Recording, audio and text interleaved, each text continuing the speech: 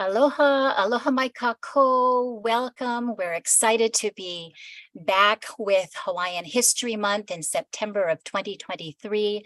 We'll be starting the program in just a moment. We'll give another few seconds for folks to trickle into the waiting room, and then we'll be starting this week dedicated to Ho'ola, health, the intersection of Hawaiian history and Hawaiian health and well-being. We've got some great programming for you today, this evening, and then again on Friday evening. So be sure to join us both nights, and we'll be starting in just a moment. From Ewa Beach, mahalo, Ellen. You are a faithful attendee of some really solid programming, particularly Hawaiian History Month.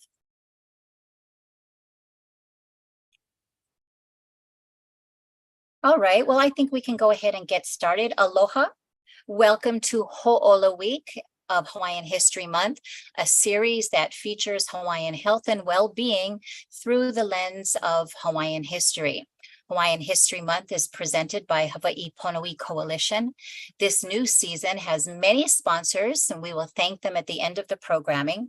Ho'ola Week is brought to you by Papaola Lokahi, Ahahui o Nakoka, the Association of Native Hawaiian Physicians, and the John A. Burns School of Medicine Department of Native Hawaiian Health.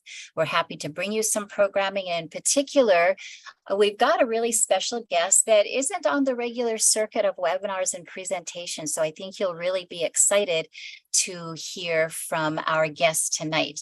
A few housekeeping notes. This webinar is being recorded and live streamed on many platforms and will be archived on the Hawaiian History Month website. You may, throughout the presentation, if you have questions, you may put them in the Q&A panel at the bottom of your Zoom or in the comment section if you're watching on Facebook, and we'll get to them toward the end of, after the presentation. Aloha, Nicomas from Miloli'i, and we know we have Ellen here from Ewa Beach. So tonight's episode is entitled Hawaiʻi and the Legacy of Queen Liliʻuokalani. And to introduce our guest tonight, I'd like to turn it over to my colleague, Kiaʻi Lee, who will introduce his kumu and our friend, Kiaʻi. Aloha. Aloha, Kim, and mahalo. Aloha, hiai kako. My name is Kiaʻi Lee, and I'm the Traditional Healing Coordinator for Papaola Lokahi. And it brings me great joy to introduce to you tonight's presenter. He has had a significant impact on my life as a kumu and as a friend. He has also blessed me with my Hawaiian name, and it's a badge of honor and kuleana that I'm still aspiring to live up to today.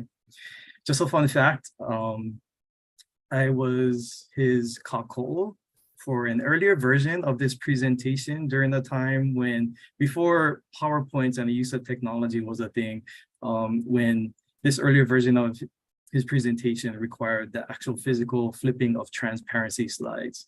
So for those of you that know what that is, I'm kind of showing my age here, but I'll go into the official introduction. Anakala Ilkepa de Santos is presently the Director of Language and Culture Education of Halau Hula o Ka'eo, a nonprofit organization which was recently awarded the first Hawaiian language grant outside of Hawaii by the Administration for Native Americans.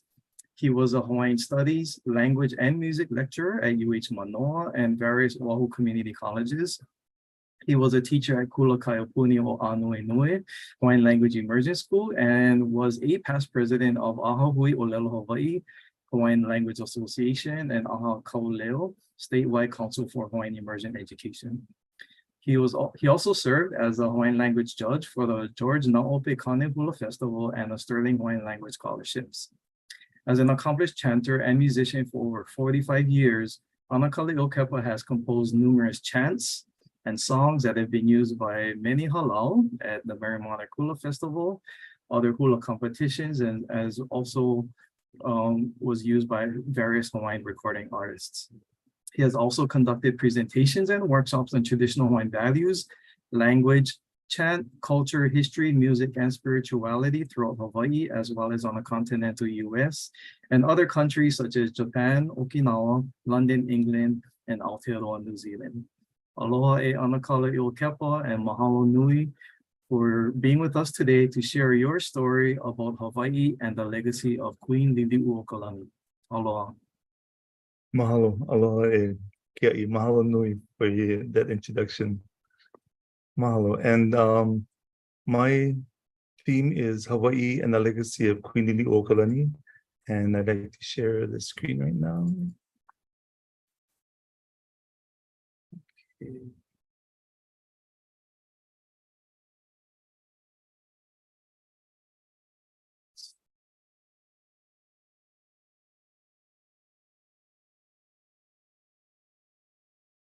Okay, on September 2nd, 1838, Keokalole gave birth to a baby girl, and Kina'u was there as a midwife to help her with the birth. And Kina'u was also the kuhinanui of the kingdom. Now, during her birth, Kina'us were had irritation. There was discomfort, anywhere ranging from slight irritation to actual pain in the eyes. And with Hawaiian tradition, a child is born and given the names of the events that are taking place at that time. So she was born with those names: Liliʻu, Loloku, Walania, Vevehi, Kamakaeha. All those things that were discomforting to the eyes of Kina'u. And although Liliʻu didn't grow up having eye problems, vision problems, just imagine what she witnessed throughout her lifetime that was sore for the eyes to see. She was wrapped in the finest kapa and given as lawehanai to Kunia and her husband Paki. Now she, knowing who her birth parents were, Keokalole and Kapa'akea, but she acknowledged only one set of parents that raised her, and that was Kunia and Paki and Kunia. And they were actually the parents of Bernice Pawahi. And at age 4, Lili'u was taken to the the school for the chief's children. And it was run by Amos Starr Cook and his wife Juliet. And it became a boarding school. And here are some of the children that attended that school. Alexander Liholiho, who later on became Kamehameha IV. Bernice Pawahi, who later became the wife of Charles Reed Bishop. Emma Kalani Kaumaka Amano Rook, who married King Kamehameha IV, and we know her today as Queen Emma. William Lilo, who later became king. David La'amea Kalakaua, who also became king. And Lili'u, and we know her as Liliʻuokalani. And every Sunday, they would walk from the Chief Children's School down to Ko'aihao Church, and that was just a block away. It was on the corner of the state capitol grounds today. So it was a short walk, and they walked double file, oldest to the youngest. So Lili'u was always at the end because she was the youngest one that attended the school. And here's the royal palace, Iolani Palace. And the royal family who stayed there at that time was Kamehameha III, Kauai Keuli, and his queen Kalama. And in the back left is Alexander Liholiho. And to the right is and to the king's side is Victoria Kamamu. And he adopted all 3 children after they closed the Chief Children's School because of an outbreak. There were about 10,000 Hawaiians who perished in that outbreak of influenza.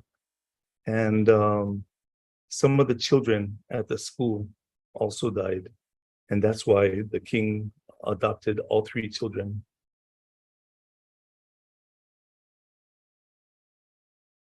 Later on, Paki got ill And he left Liliʻu as a half orphan when she was about 17 years old. And around that time, Kamehameha IV announced that he was going to marry Emma, Kalania Kamano. And the Aliʻi Council approached him and told him that, Your Majesty, there's only one chiefess has the rank equal to yours. And that's a Hanai daughter of Paki and Konia, and that was Liliʻu. But he decided to marry Emma anyway.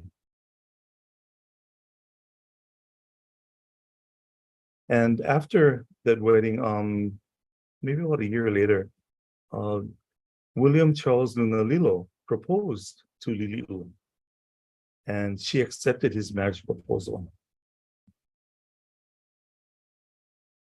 A month later, Konia, her mother, took ill, and Liliʻu asked her sister Likelike to accompany them and to take her mother to Hilo, where she can nurse her back to health. And on the way to Hilo, she wrote Lunalilo a letter declining her acceptance of his marriage proposal because she needed to take care of her mother. And within a year, she passed away. And the crown prince was born to Queen Emma and Alexander Liholiho.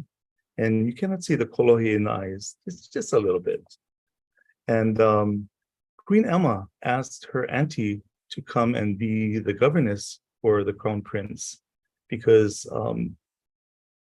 her auntie was in mourning over the death of her husband, because her husband, they lived on Kauai. So she asked her auntie to come to Honolulu, and she was the governess for Kahoku, Hawaii. This was actually Prince Albert Edward Kaleopapa Kamehameha. And 3 years later, her auntie remarried, and she married David Kalakaua. And this is Kapi'olani, Juliet Kapi'olani, and she was younger. She's a granddaughter of Kaumoli'i, the last ruling chief of Kauai Ni'ihau. And the young prince died at the age of 4. And Emma took on the title Liliʻuokalani because her chief had flown before her. And Liliʻu was supposed to marry John Owen Dominus on her 24th birthday in 1862. But the king asked her to postpone her wedding because the demise of the crown prince, and she acquiesced. She said sure, she accepted it. So she got married on the 16th of that month, September, and she moved into Washington Place, a home that his father built, and he was a merchant captain. And Kamehameha IV, he died maybe about 13 months after his son died. And some say that he died of a broken heart. And Queen Emma took on the title Kaleleonalani because both of her chiefs had flown before her. And as tradition holds, the Kuhina Nui of the kingdom takes over when in the absence of the king, just like Ka'ahumanu did when Kamehameha passed away. So the king's sister, Victoria Kamamalu, she was the Kuhina Nui at that time, and she wasn't ready to take on that kuleana of the monarchy. So she appointed her brother, Lot Kapuaiwa, to the monarch. And that's how we have Kamehameha V. So in actuality, Victoria Kamamalu was queen for a day. And Lot Kapuaiwa took over, and he immediately laid the cornerstone of cathedral. He called it St. Andrew's Cathedral because his brother, the late king, had passed away on the feast day of St. Andrew.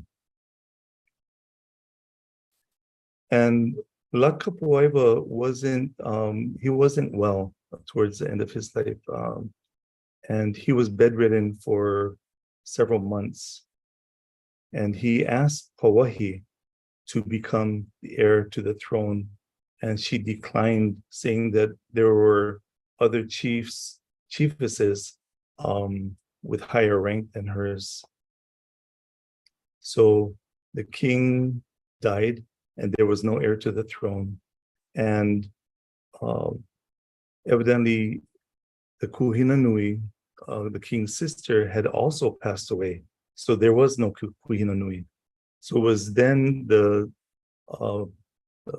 appointment of the legislature to select two names of the House of Nobles or the House of Chiefs. And they selected David Kalakaua and William Lunalilo. And Lunalilo was incensed, and he felt that that was not pono for the legislature to choose. He felt that it was the right of the people to choose. So he called for a plebiscite, and people overwhelmingly voted for Lunalilo. And I want to make an educated guess and say that maybe the legislature followed suit. So Lunalilo became king. And he was one that proposed to Liliʻu. So if Hawaiian tradition prevailed, Kamehameha IV would have married Liliʻu, and she wouldn't have been known as the Liliʻu we know today. And the same thing with Lunalilo. If she had married him, she would not be the Liliʻu that we know today. So he died a little over a year during his reign because he died of polio. And again, the legislature chose two names of the House of Chiefs, and they selected Kalakaua and the Dowager Queen Emma. And Queen Emma's followers felt that she should, in fact, take over the monarchy because she was the wife of Kamehameha IV. And when they announced Kalakaua's name, Emma's followers rioted, and Kalakaua immediately went from across the street from the courthouse. He saw that a U.S. ship was in harbor, so he asked the Marines to be landed to restore order to Hawaiʻi, the Honolulu. And William O. Smith took notice of that, and he chalked up to memory, and he used it later on in the years. And so to alleviate the legislature ever getting a hold of the names of the chiefs again, Kalakaua immediately named his younger brother, Liliʻuokalani, as heir to the throne. And when he was a baby, Liliʻuokalani was lawe hanai to Princess Ruth Keʻeliʻuokalani. And she loved this baby so much that she actually named him after her late husband, William Pitt Liliʻuokalani. And Miriam Likelike, the king's sister, gave birth to a baby girl. You cannot see the kolohe in her eyes either. And this is Victoria Kavekiu Kaiulani Lunalilo Kalani Nui Ahilapalapa Cleghorn. And before the baby was 3 years old, Liliʻuokalani died of rheumatic fever, and he was actually bedridden for the last 3 or 4 weeks of his life.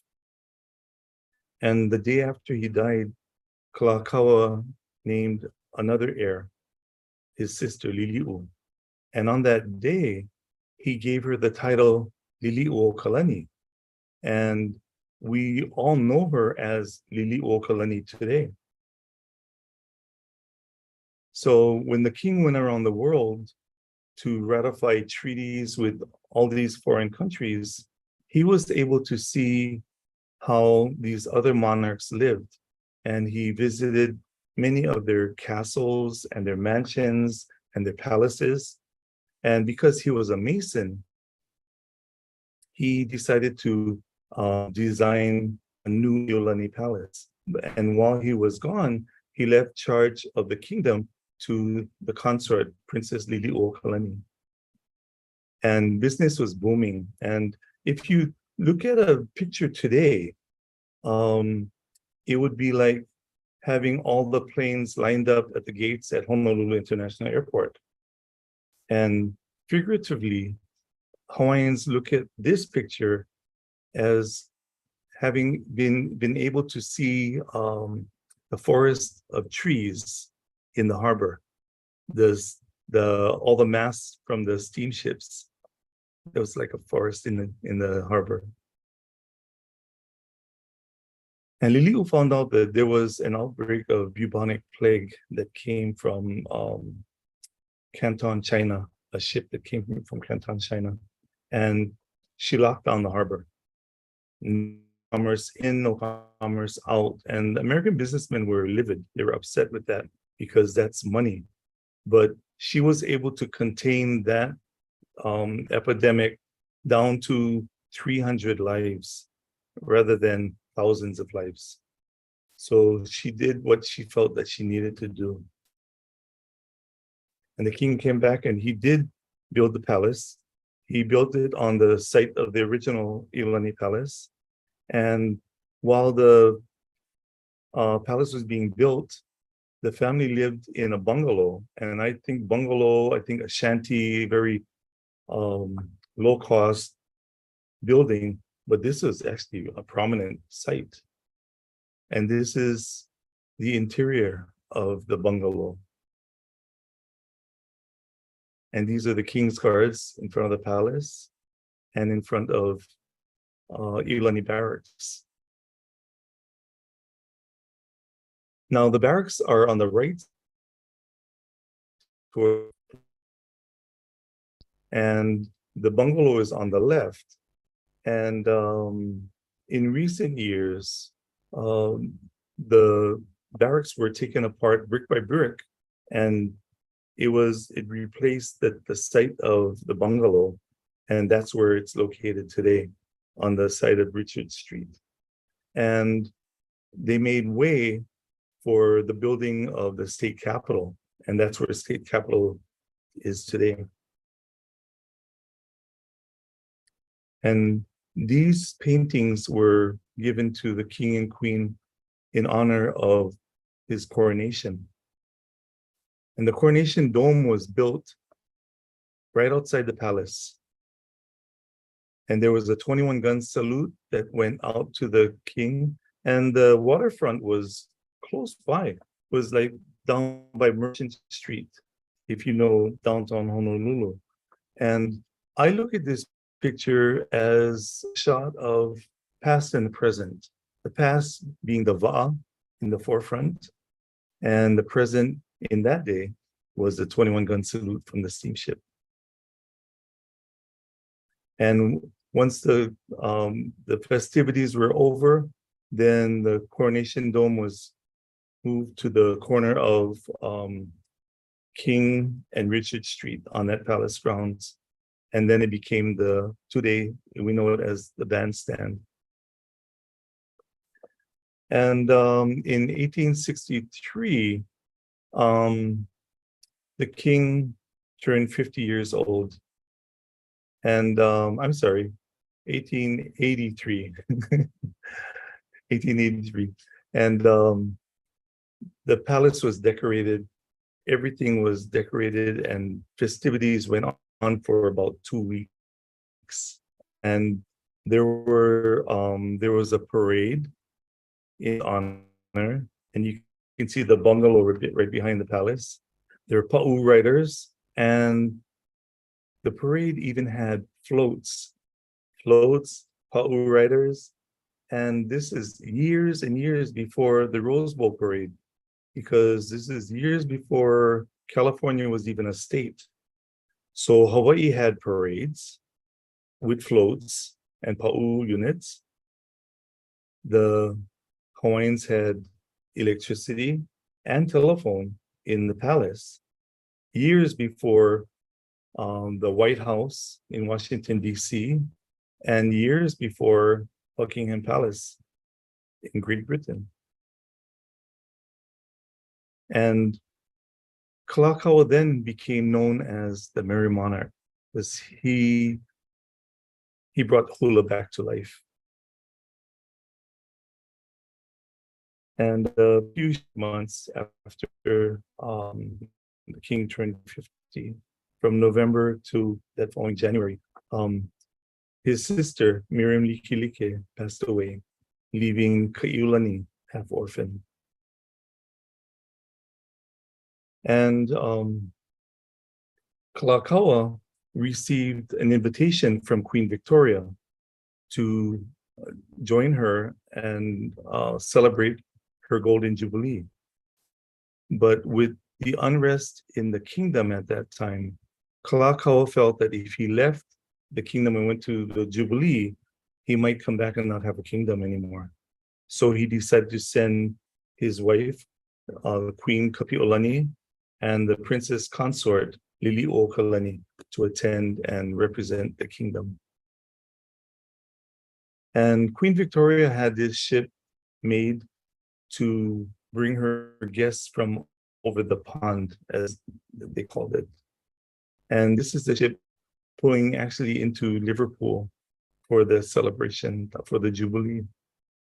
And the streets were decorated in full. And they were so elaborate. And while they were there in London, Queen Kapi'olani had the exclusive use of Queen Victoria's private carriage. And granted, there was royalty from all over the world. There were dignitaries from all over. And the Hawaiian contingent had exclusive use of Queen Victoria's private carriage because there was a close affinity between the British kingdom and the British monarchy and the Hawaiian monarchy.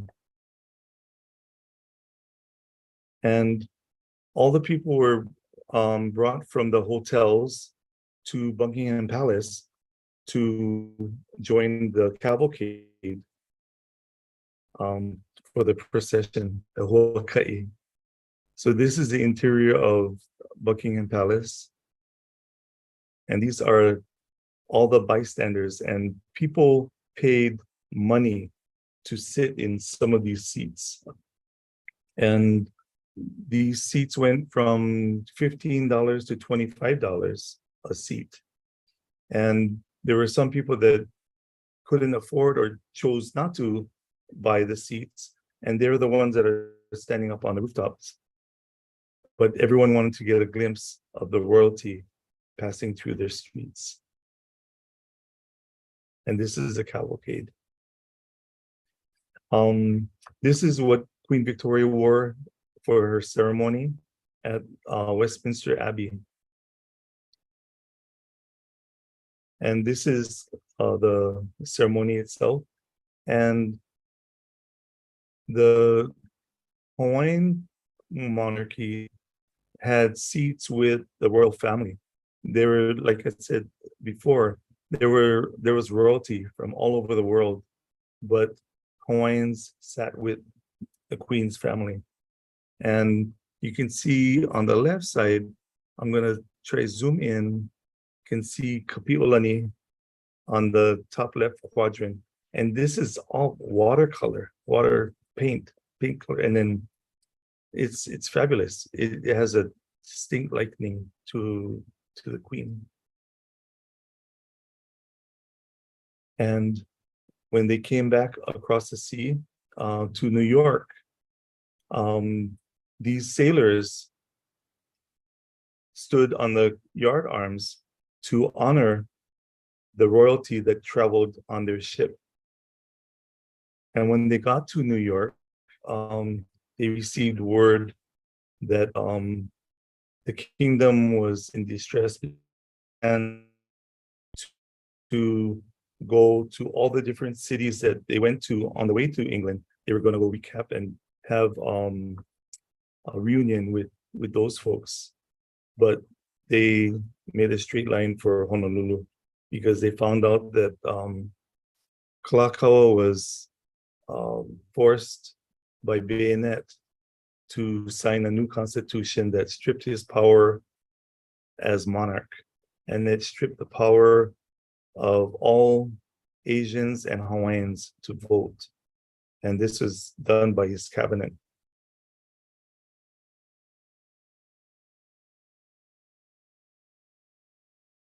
And in downtown Chinatown, there were still some areas that had the bubonic plague, and they had controlled fires, and they burnt down a block at a time to get rid of the rats.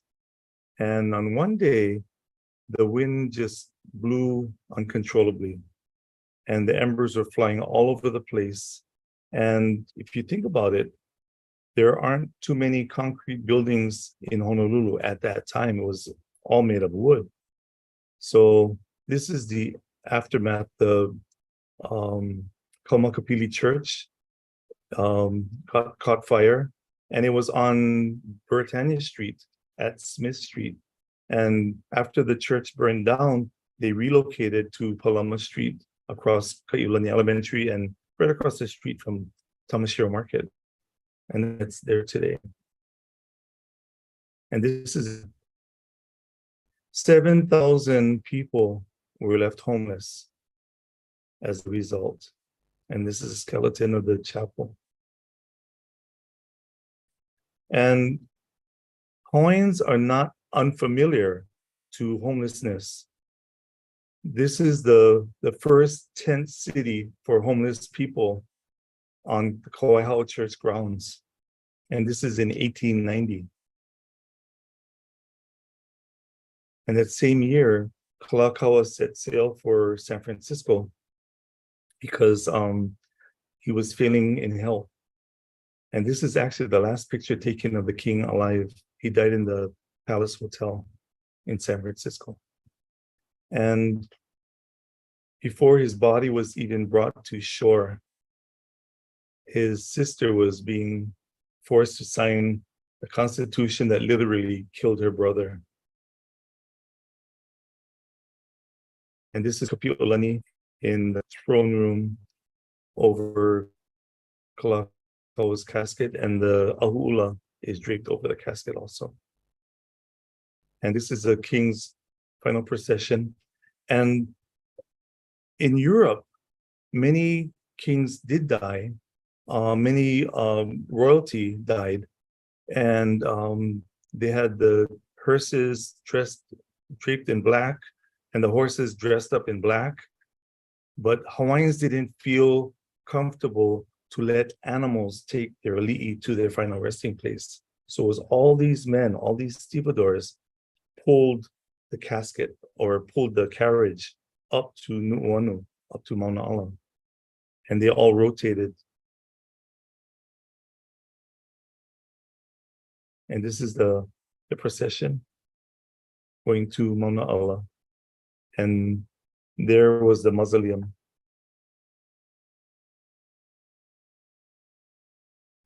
Now, when Liliʻuokalani became queen, the first thing she did was named her heir Kaiulani. And she had placed on the four gates of the palace this emblem. And it depicts two of the four Kona uncles that put Kamehameha into power. And these are the twins, Kamanawa and Kameiamoku. Kameiamoku is one of Lili'u's ancestors, and Kamanawa was his descendants have always taken care of the ali'i. Kamanawa himself hid Kamehameha's bones, and his descendants from Antina Mahana, Uncle Bill Maioho, and his son Kaihe'ekai, they took care of all the ali'i at Mauna Ala. And Liliʻuokalani, within a year after taking over the throne, she lost her strongest advocate, strongest support, John Owen Dominus. And she promulgated a new constitution to reinstate her duties as monarch. And she took it to her cabinet across the street at Liliʻuokalani. And they refused to sign it, and they immediately started what was called the Committee of Safety. And here's January 17th, 1893, and it's a Sunday afternoon, and the Marines were landed, and strikingly, they were assembled in front of Arlington Hotel. And Arlington Hotel was the place where Liliʻu was taking care, or she was actually where she lived. That was her home. And the Royal Hawaiian Band just finished playing music. So they saw that these Marines coming over to the palace were going to give a salute to the Queen. But Sanford B. Dole said that the kingdom is no more. And it is now a provisional government. And that's why the Marines were landed. That's what William O. Smith did. And Hawaiians immediately went to Washington Place to ask the Queen what they could do. And she sent all them home. She said, go home and I will take care of it, because she didn't want any bloodshed. And her guards were disbanded, and all their rifles and artillery were confiscated. And Cleveland sent James Blunt from Georgia. He was a retired attorney and judge to come and investigate. And he questioned everybody had to do with the kingdom. And what he found is that he told Cleveland that the provisional government was called an act of war, a friendly nation of Hawaii.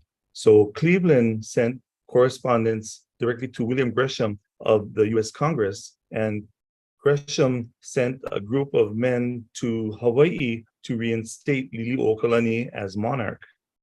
And yet there was a counter-revolution attempt. It was unsuccessful. So the guys that came to from Washington, D.C., they were greeted by this, Gatling guns and sandbags. And they were told, if you want to live, you'll leave. And they left. And so they didn't reinstate Liliʻu.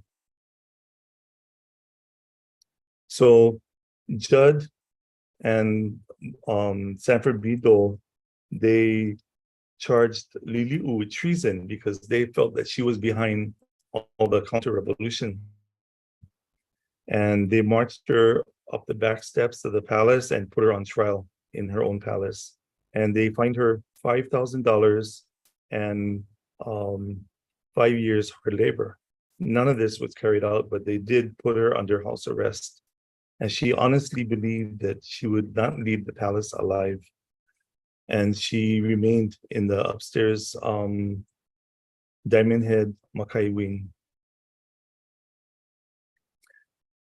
And she embroidered things that were important to her. And she also translated Kalakaua's text of the Kumulipo into English so that the rest of the world can get a glimpse of what our culture is all about. And when she got pardoned after 8.5 months, she decided that she wasn't going to go anywhere. Her carriage remained motionless until she got full pardon, and then she went straight to Washington to see what could be done. But by that time, it was too late. Cleveland did not get reinstated as president. He did not get reelected. So the people were hopeful, but she came back with no good news. And the annexation took place. And as they were lowering the Hawaiian flag, they decided, wouldn't it be nice to just cut it up in strips and pass it out as ribbons, the final triumph. And the flag was raised. And meanwhile, Liliʻu was at home at Washington Place with her family and her close attendants. And the queen turned 60 2 weeks later, and people came from all over and showered the queen gifts. And some of them crawled on their hands and knees and placed the gift in front of them and crawled out. And when the provisional government heard this, they asked, wow, how come we weren't invited? Like they needed an invitation. So as dignified as Liliʻu was, she asked her friend, Henry Berger, to bring the government band. And prior to that, it was known as the Royal Hawaiian Band, but they got rid of any royal name. So that became the government band. And the next year, the band came and people still showered her with gifts. And it happened every single year after that. And the Queen actually promulgated a living trust for the benefit of orphans. And 2 years later, she amended it to include destitute children. And these are pictures of Liliʻu in her golden age. And this is the picture of her at the opening of Liliʻuokalani school. And it's sad that they just closed the school about 1.5 years ago. And Iaukia, he was loyal to the Queen till her dying day. He was a chamberlain both for Kalakaua and Liliʻu. And this is the last picture taken of the Queen alive, and she died of a stroke. And that night she was taken to Kawaiʻi Church.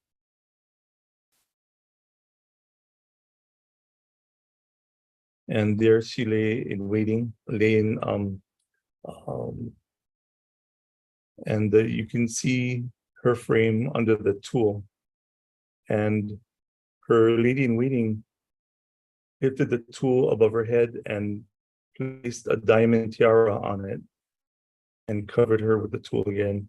And then Curtis P. Iaukia came and uncovered the tool in his hand and placed an emerald ring that she wore at state events. And he kissed her hand and he covered it with the tool.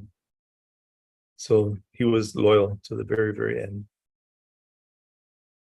And all the arrangements were actually rotated daily because so many things came for the Queen's in the Queen's honor. And then she was taken to Iolani Palace in the throne room, and then her final huaka'i, and the stevedores again, they carried her. And this is her procession to Mauna Ala. And she promulgated the Boy Scouts of Hawaii, and she saw that in the United States when she went across to England. And when they came home, she started the Boy Scouts of Hawaii. And it was their kuleana to take care of all of the flowers and make sure that all the arrangements ended up in Mauna Ala. And they stood guard over the flowers.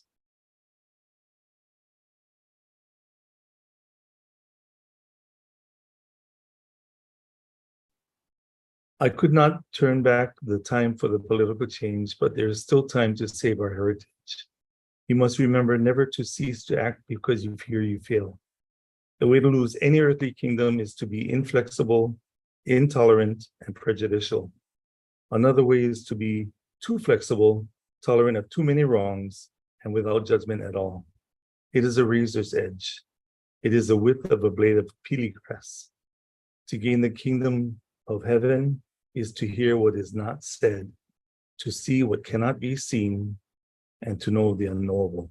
That is Allah. All things in this world are two. In heaven, there is but one. And that's the quote from Liliʻuokalani in her final year. And that's the end of our presentation. Mahalo, mahalo. Mahalo ya oi, anakala yo kepa. That was an extraordinary recap of the life and truly the legacy of Queen Liliʻuokalani. Thank you. And the images you have are just remarkable. Real detailed, every stage of the important milestones of her lifetime. How long did it take you to gather those? All my life, practically all my life. I believe, because we do see snippets, we see snapshots here and there, but we don't always see, from start to finish, every milestone in her life. So mahalo nui. And this is just a glimpse of that whole presentation, because I could go on for hours and hours. Right. And we should probably tell the audience that you actually have more than 400 images, right? And you cut this down. You cut this down. 137. Thank you so much. Is Kia'ian with us as well? Yeah, I'm here. Aloha. Aloha. Oh, very good. Do we have a little bit of time to answer some questions? We have some questions that have come in, if you're willing. Yes, I'm willing. All right. One of them is, in your opinion, why do you think there was such an affinity between our monarchy and that of the United Kingdom? Okay. That stems back to the days of King George V. When the I couple was broken, Lunalilo felt powerless. Liho felt powerless, Kamehameha II. And what he did was he performed what is called imihaku, to seek the advice from an authority greater than him. And he went to seek advice from King George V and in England. But while he was there, both he and his Queen Kamamalu contracted measles, and they both died. And Kekuanaoa, King Kamehameha IV and V's father, he was there, and he brought the bodies back home. And that actually changed the whole scope of everything that had to do with the Ali'i's bones, because they were King George had it inlaid in mahogany caskets and inlaid in sterling silver. So when the caskets came to Hawaiʻi, there was no way that they were going to break the seal and they're going to hide the bones. No, so they literally put it in a mausoleum on the palace grounds called Pohukaina, and there they went. And the affinity was that strong from that point on. And even when in 50 years before the overthrow of the kingdom in 1843, Great Britain raised the British flag, and Lord Paulette raised the British flag, and the kahu to Kauikeuli, Kamehameha III, he was in correspondence with Rear Admiral Thomas from the Queen's Navy. And when Queen Victoria found out what happened, she sent him personally to come back and reinstate Kauikeuli as monarch. And that's why we have on Lahoʻihoʻiʻea the proclamation, Ua Maokea o Kainai Kapono. The sovereign of this land can continue to rule because of what was corrected. That was the intent. It was absolutely not the life of the land is perpetuated in righteousness. But that's another story. I'm sorry, I was long-winded.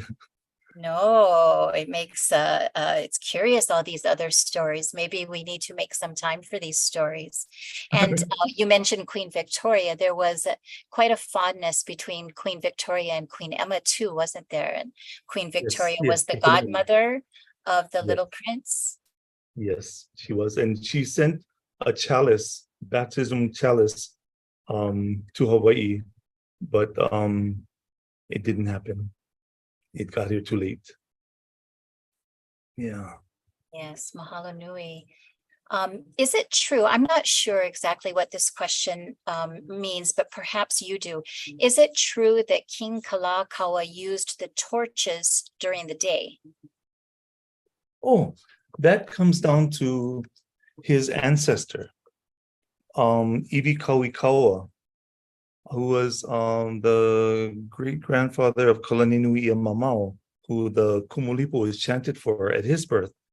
Iwikauikaua was so grief-stricken in finding out about the death of his daughter. He carried that torch around the island of Hawaii, both day and night, with the torch lit.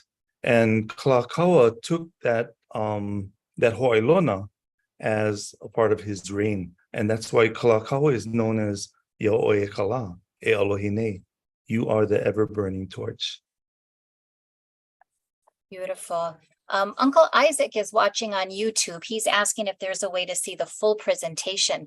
So we know that this presentation will be archived on the Hawaiian History Month station, but I'm wondering, is Isaac asking perhaps about the 400 plus slides? So that is another subject that we haven't addressed yet, unless you have it somewhere. I have it here. So it can happen in the future. Yeah, definitely. Great. It can happen in the future.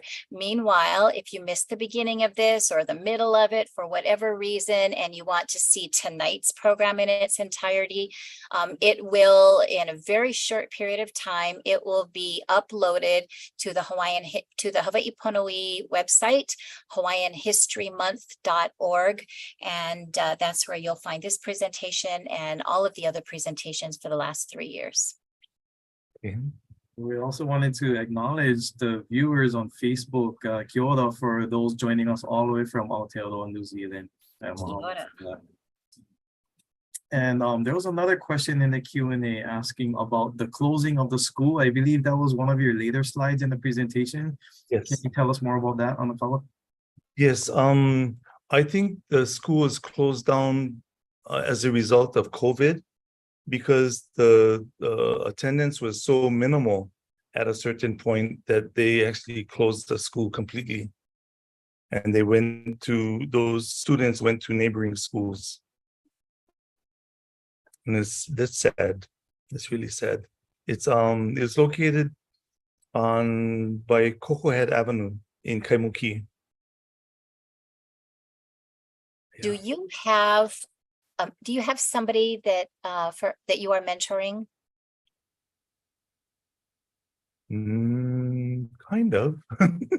The question is there someone that you are sharing your knowledge with so that your work can be carried on?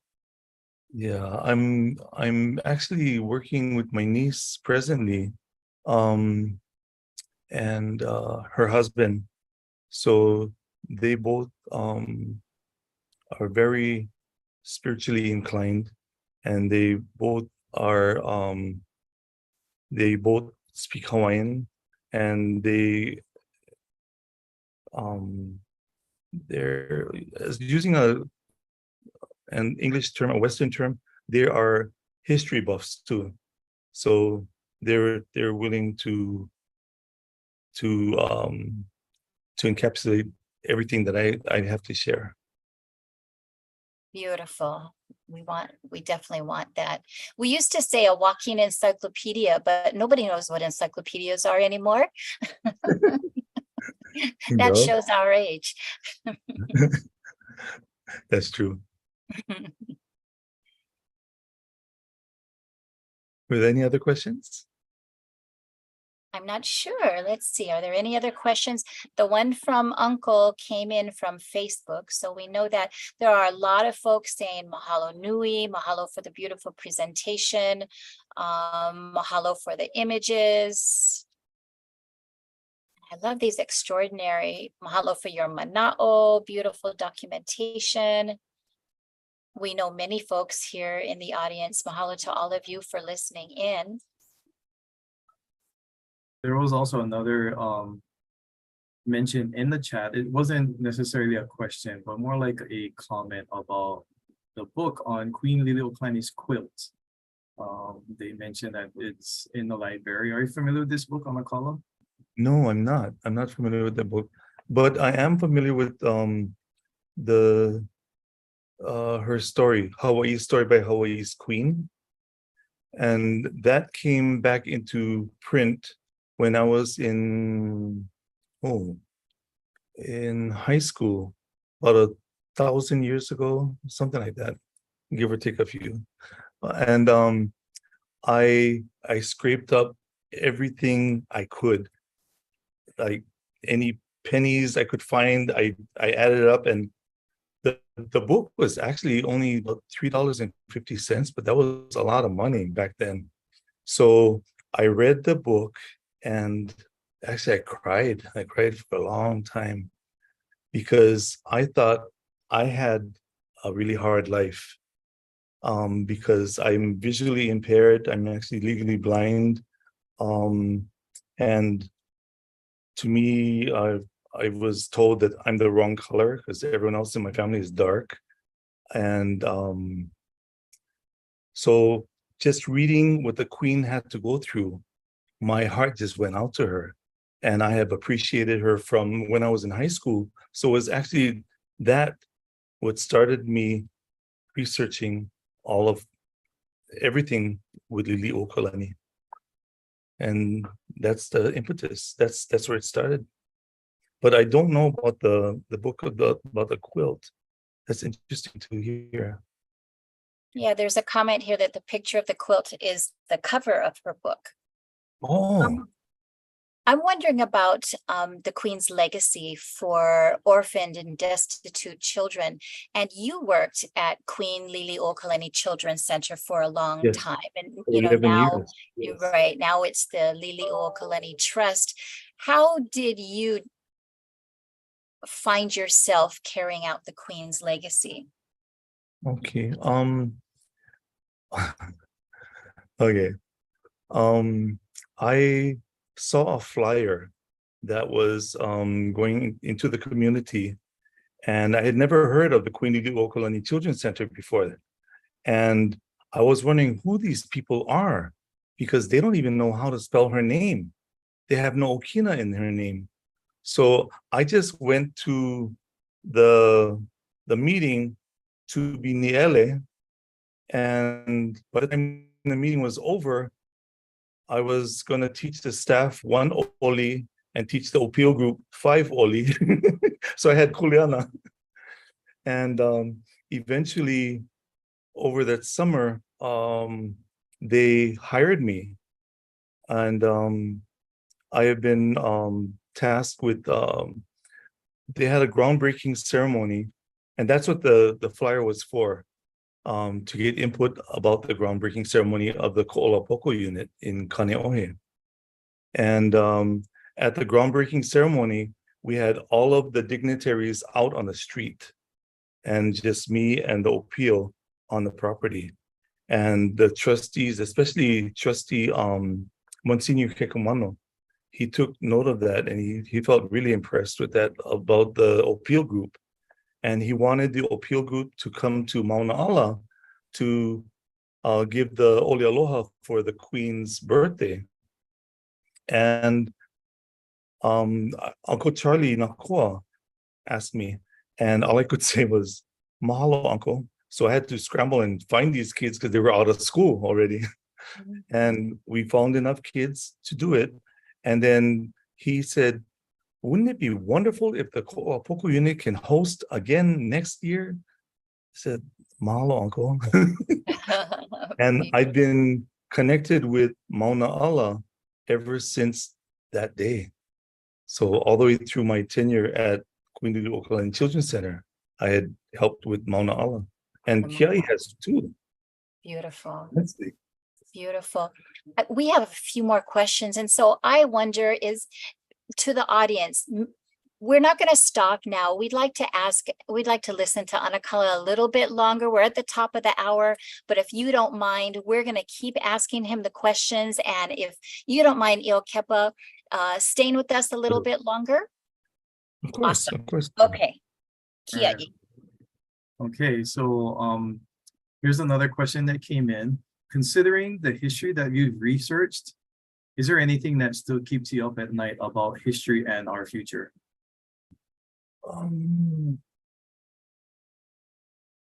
Wow, that's a loaded question. Could you repeat the question, please? With the amount of research that you put into the history, Mhm. and the things that you've shared tonight, is there anything that still keeps you up at night about the history and where do you see this going in the future? Okay. The history, on one level, history is the past, and we cannot go back and change it, but we can learn from the mistakes that we've made in our past, and we can correct it. Hopefully, we can correct it for the future. And there are things that do concern me, and I guess it does keep me up at night. The welfare of our people. I mean, it started from a long time ago, actually, when there were more and more people moving to the continent because of financial reasons and economic reasons, and they couldn't afford to live here anymore. And my brother is one of them. My brother just could not afford to live on Oahu, so he moved to Vegas, and he's living there now. And I think that has a lot to do with, like, true, we all reach out to each other as a lahui, and even in remote areas as Escondido, California, or Bremerton, Washington, all these people that have like, I'm going to say something like, for instance, if somebody has a decal or sticker on their car that has anything to do with Hawaii, other Hawaiian people notice that and they want to connect with them. And it's as simple as them passing by and pulling a shaka, how's it? And that makes them feel good, and it makes them connected in some way. But I do feel like if we continue to make the necessary connections, it'll really help the future. And there's not one particular answer that I can give that would solve any particular problem. But if every single person here does one act of kindness, that ripples out to the world forever, and will continue to do it as long as I'm here. I am willing to share as much as I can, in hopes that all the people that I that connect with me do the same thing. And if they do it with people that I don't know of, and they can do it with people that they don't know of, it's part of that rippling effect. And that would help me sleep. Mahalo for sharing that. Thank you. Who are your mentors? My mentors are like, my main mentor is my grandfather, Joseph Solomon Kiolamaulua Kauehekuluopele. And I still visit with him every so often, like in meditation, and he still teaches me. That's my main source. And other than that, there are other people that don't realize that they are my mentors. Like Kiai is one of them. And although he claims that I taught him many things, but he taught me a lot of things too. And any good mentor taps into the people that they connect with, and I get so much more out of that. Auntie Mako is one of them. Auntie Mako is from Kauai, and I used to connect with our alakai, the alakai of my generation. She's passed away just this past year, and it's not as frequent, but she seldomly comes every so often, and I connect with her also. But there's a variety of people that that are my mentors. Earlier in the introduction, we mentioned that you're a musician, very talented musician and composer. And of course, Queen Liliʻuokalani herself was a gifted, musician and composer. So is there anything that resonates with you about her work as a musician and composer that helped to inspire you in your work as well? Yes, I actually did compose an Oli Aloha no Liliʻuokalani, and I did it in a style that that uses what Hakumele calls meivi, different components, different ways of helping the chanter, if you will, understand or realize what the next line is going to be. So I end one line with a certain word, and I begin the next line with a similar sounding word. And I've done that with Liliʻu in mind, and that has been so rewarding. And I can never touch her talent. I mean, I was blessed with having a group go to Washington Place, and the docent was familiar with me, and the docent said, "Oh, Yokepa, why don't you play the Queen's piano?" And I thought to myself, I'm not gonna touch the piano. That's a Queen's piano. And then she kept prodding me, and then the kids kept encouraging me that, oh, okay. So I sat down and I was in awe, touching the ivory that the Queen touched. And I did her song that she composed while she was imprisoned, Ku'upoi Kalani. And that was her ray of hope that everything will be okay, because that one blossom came from her private garden at Hamo Hamo. And when I sang that song, I just felt so proud. I felt so honored to be a part of that. Wow. And I hope that answers your question. I hope that answers the question that of the asker. We're going to well, we have a question about the Liliʻuokalani Trust, but I think that we have to ask the Liliʻuokalani Trust if these rumors are true about building buildings and developing programs and all that, right? I don't know anything about that. Okay. Yeah. Well, we've got what I think will be our last question. And this really, we would want to ask anybody this, but particular, you have worked with the young people through the Children's Center. So what advice do you have for the OPO of today?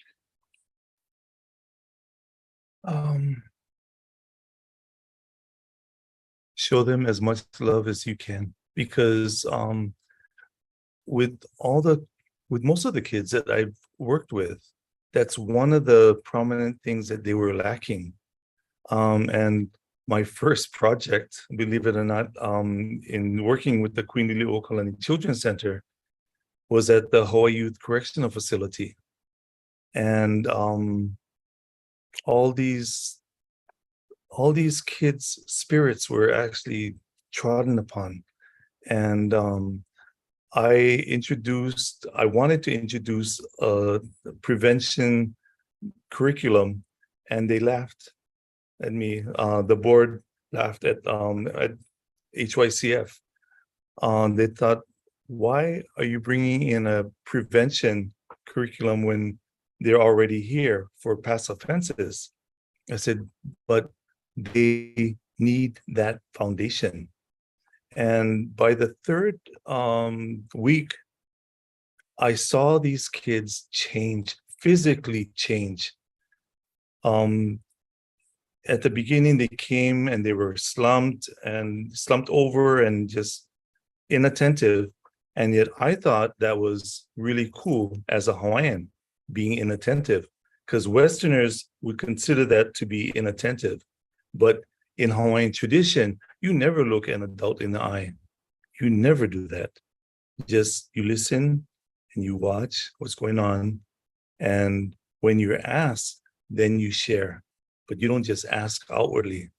But I saw by the third week, these kids come in and they're sitting down upright and they're proud of what they're doing and they're proud of who they are and they're learning who they are. So my advice would be to encourage them as much as possible.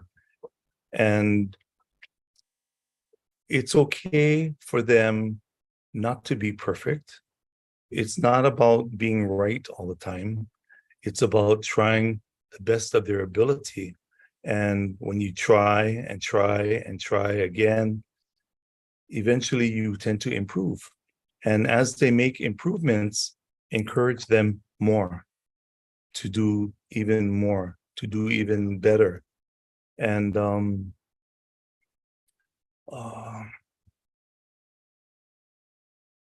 just shower them with love and with compassion and respect. That's one thing that is kind of missing nowadays.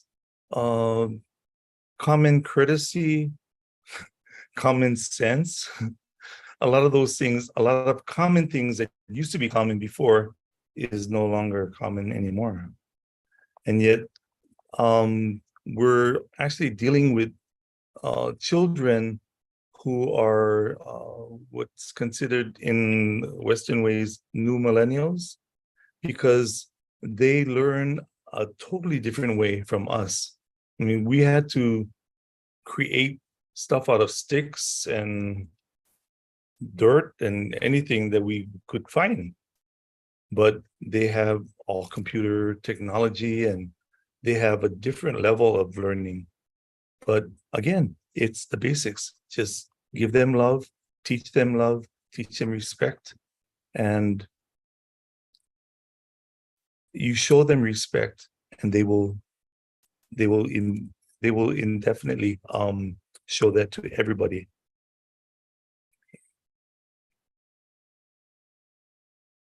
Beautiful. Isn't that the truth? Oh.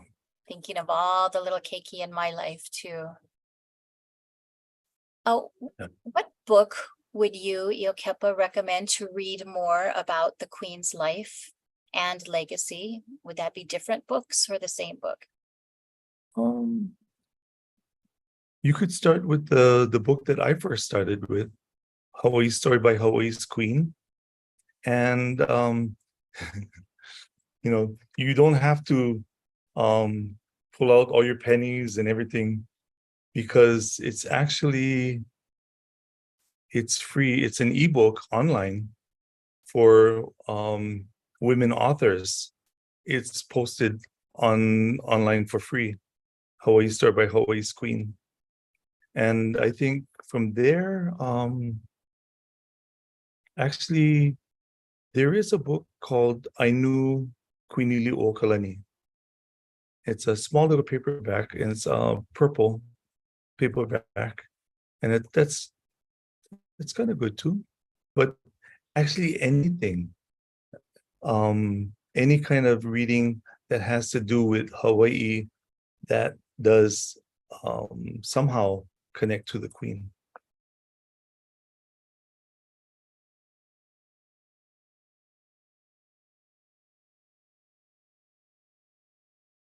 I was trying to look for it online to try and post it and put it in the chat. If that would be helpful as well. Yeah, look for women authors.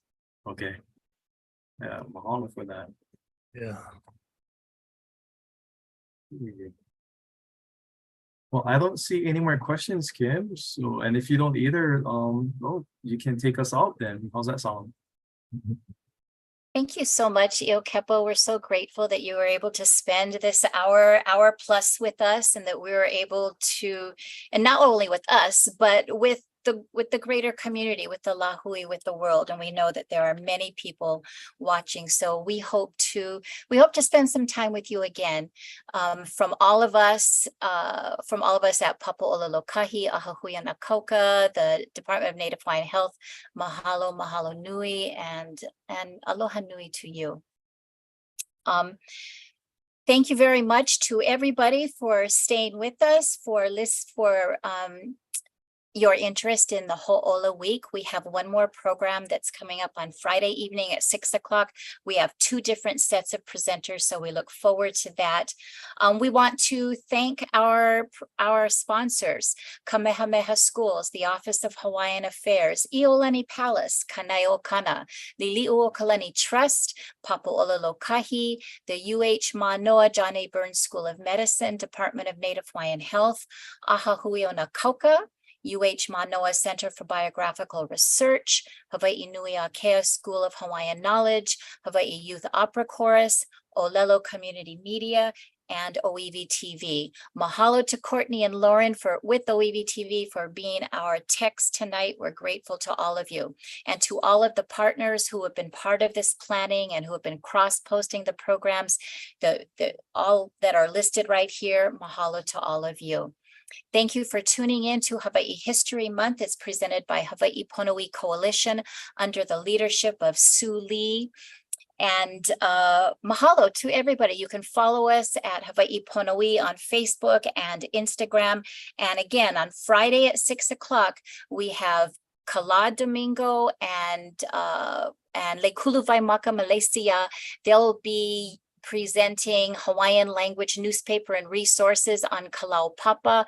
And then we'll hear from Valerie Monson, the executive director of Ka'ohana o Kalaupapa, who will talk about the history and the legacy of Kalaupapa as well. So mahalo for tuning in to Hawaiian History Month. Mahalo and aloha. And mahalo to you, Kia'i, too. Glad to share this venue with you. Thank you so much, Kim.